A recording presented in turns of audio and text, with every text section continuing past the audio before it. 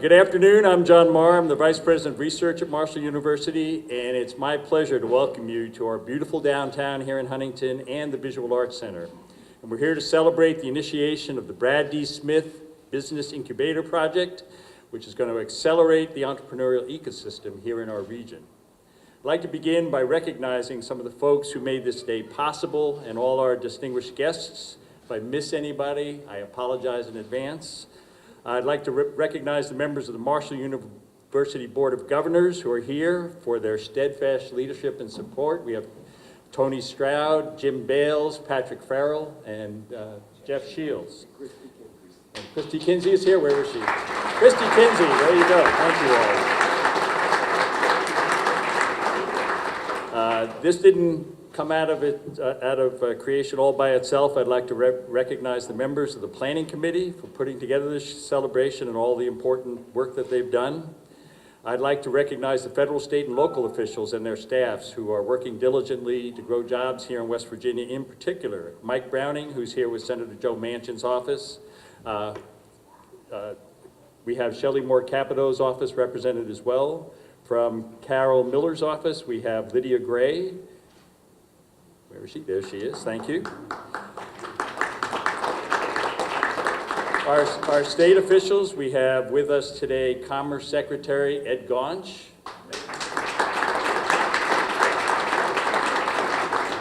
Secretary of State Mac Warner.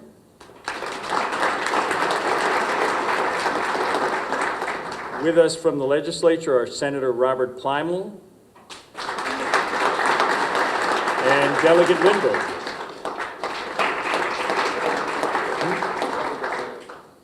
Oh, and Delegate John Mant is here as well.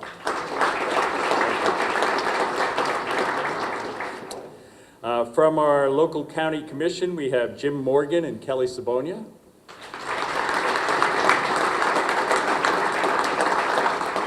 And I hope somewhere in the audience is Deborah Martin, our director of the West Virginia SBDC, and West Virginia Chamber of Commerce President Steve Roberts. Thank you all for coming. We have here also some of the very important partners who have made this project possible thus far and are going to help us make it a success. We have Gail Patton with Unlimited Futures here in Huntington. Bill Bissett with the Huntington Area Chamber and all of his board members who might be here. Dave Living and his board members, and other representatives of the city of Huntington and the Huntington Municipal Development Authority. And then we have Julie Hewitt, who is here with us from CoWorks.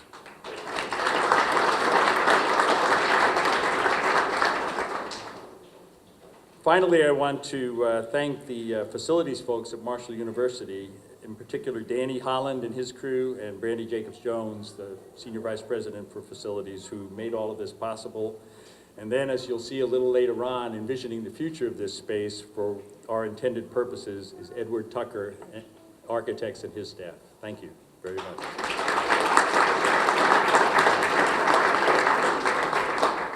So I will be brief here. And just let you know a little bit about what a business incubator does. The business incubator, when you configure it properly, has been proven over and over and over again to be a powerful force for economic development. And it does this by attracting, accelerating, and retaining new businesses in the catchment area and helping them go further and faster. And it does this through access to services and support.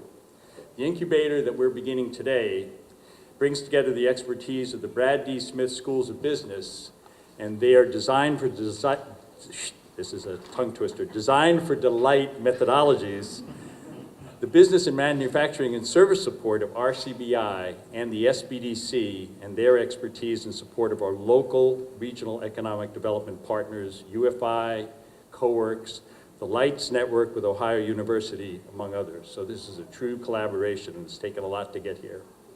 The spark for this project came out of a trip that President Gilbert took us to in Birmingham, Alabama, where we saw the impact that an incubator made in conjunction with a research university.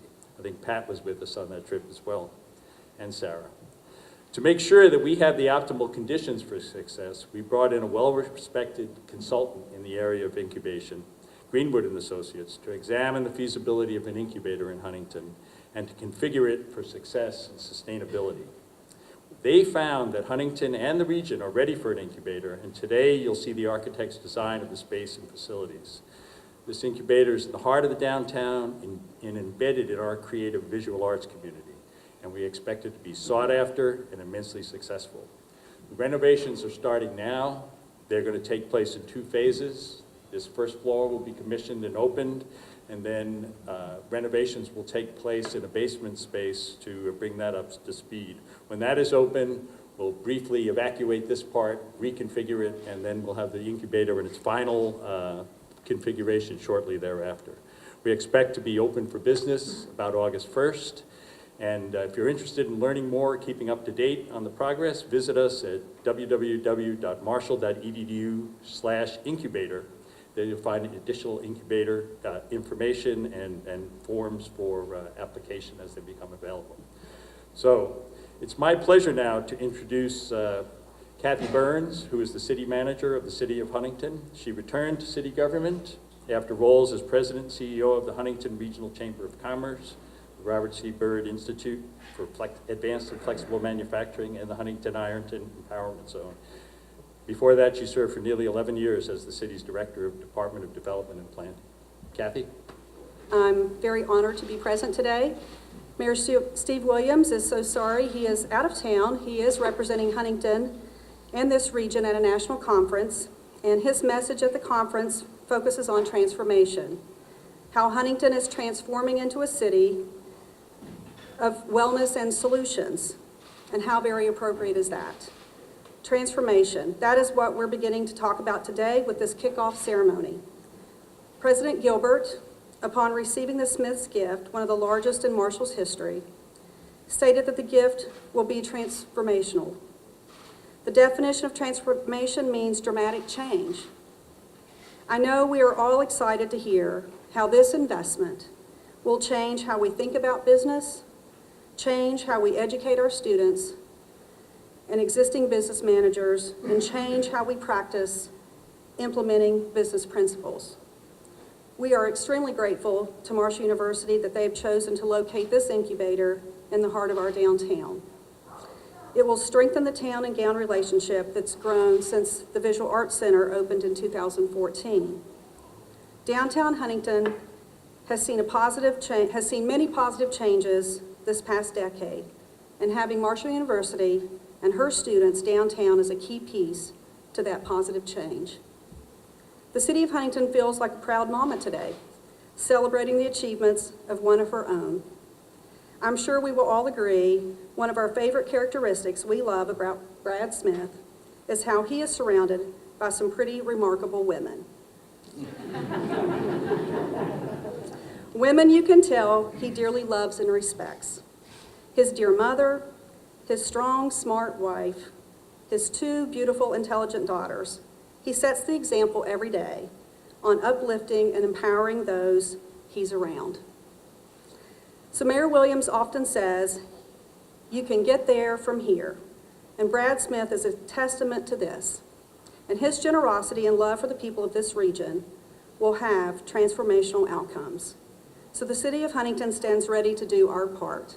And we're very, very grateful to be a part of today's kickoff. Thank you very much. Thank you, John. So glad to be here. President Gilbert, Brad, Marco, distinguished friends and guests, it's my great pleasure to be here. I'm starting to feel like a local. At least 1 week out of last 3 or 4 weeks, at least one day of those weeks, I've been in Huntington. And I feel the vibe when I come in Huntington. I love that feeling.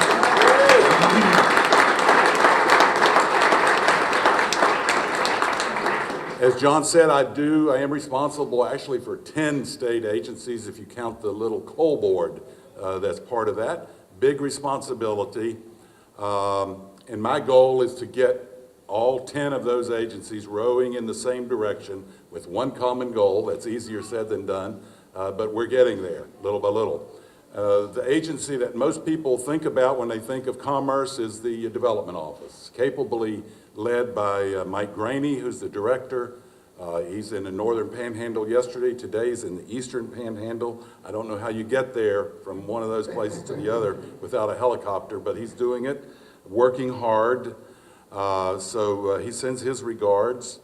I'm excited to be here for this project today. Brad, thank you for your devotion, your faithfulness to Marshall and to the state of West Virginia. Appreciate you.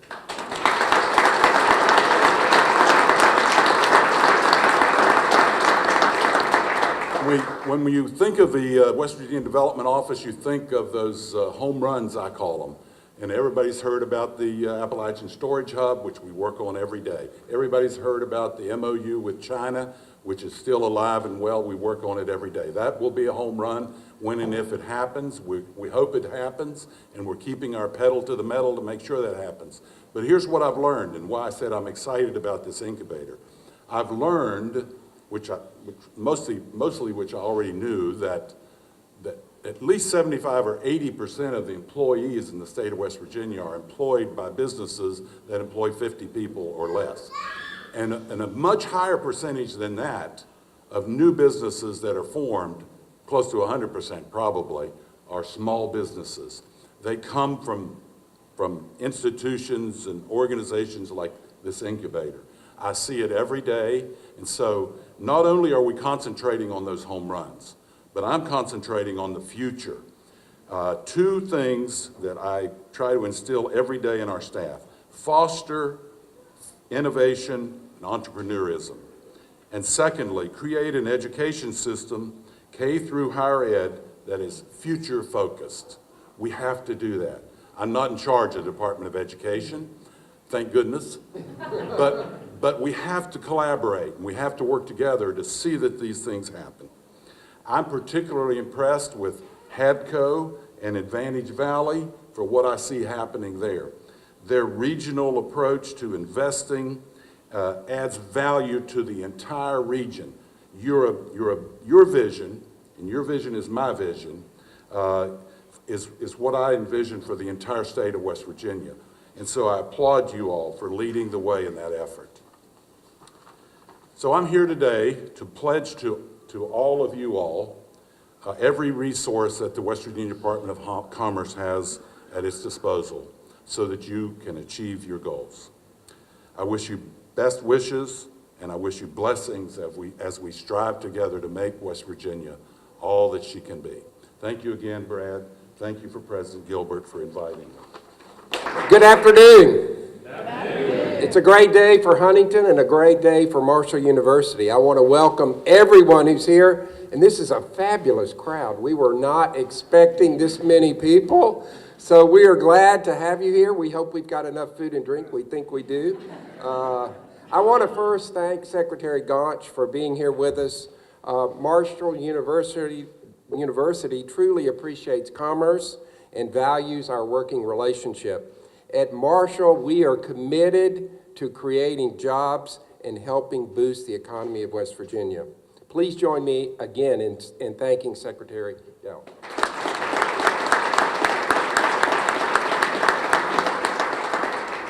A number of folks have helped bring this to this point of the incubator project. Those individuals include, but are not limited to, Vice President for Research, John Marr, Business Dean Avi Mukherjee, and Robert C. Byrd Institute CEO Charlotte Weber. Thanks to them for their leadership throughout this process, from the concept to the feasibility study to reality. I also want to thank Sarah Payne Scarborough, who had a major role in putting this event today together. She had the band arranged, beautiful music, jazz music from the Marshall Jazz Band, and she's got some great food and refreshments waiting for us. I will also want to acknowledge our representatives from the city of Huntington that John has mentioned and the state of West Virginia. Without your support, none of this would have been possible. I truly appreciate Secretary Mac Warner for changing his schedule to be here today, and we appreciate that.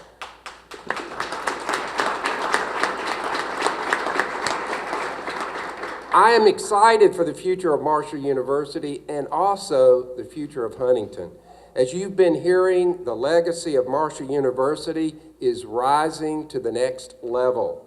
This is an exciting day for the university. With the opening of our Brad D. Smith Business Incubator, we will have the opportunity to connect our region's most talented entrepreneurs to resources aimed at helping them succeed. Not only will the incubator community have a chance to network and gain access to our university's innovation ecosystems, but our students will be some of the principal beneficiaries of this project. In fact, I am pleased to announce that free space in the Business Incubator will be provided to the team of Marshall students who recently won first place in the West Virginia Innovation and Business Model Competition. This team, thank you.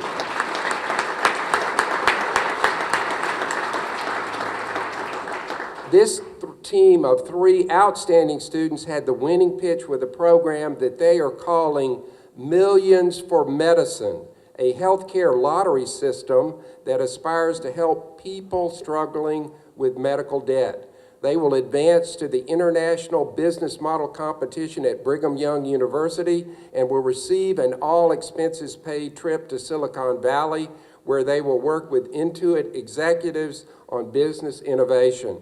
That competition and this incubator are perfect examples of how Marshall University enriches the lives of our students and cultivates an environment for continued growth and achievement. Speaking of enriching the lives of our students, another great example is sitting here right next to us, and I think you all know Brad Smith. He is a proud son of Marshall, and he was instrumental in propelling our university forward to becoming a world-renowned institution of innovation and discovery. Because of his support, game changers and dream makers alike are looking to our university to help change the lives of people everywhere for the better.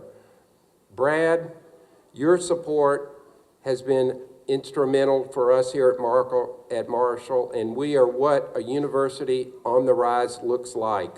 We are enriching the lives of our students, our faculty, and our staff, and we are making a difference in this community. Your support of our efforts deepens the ties with our communities and is changing the way our students see the world. As you well know, education is more than just learning in the classroom, and many times our students' interactions with leaders like Brad Smith are more stimulating than what they would find in a textbook. Our Marshall family is forever grateful to you and Elise for your commitment to working together to create a blueprint that will enrich this community and all who live in it. We are so thankful for your generosity, and without further ado, I am proud to introduce my friend, a man from Canova, West Virginia, son of Marshall, Brad Smith.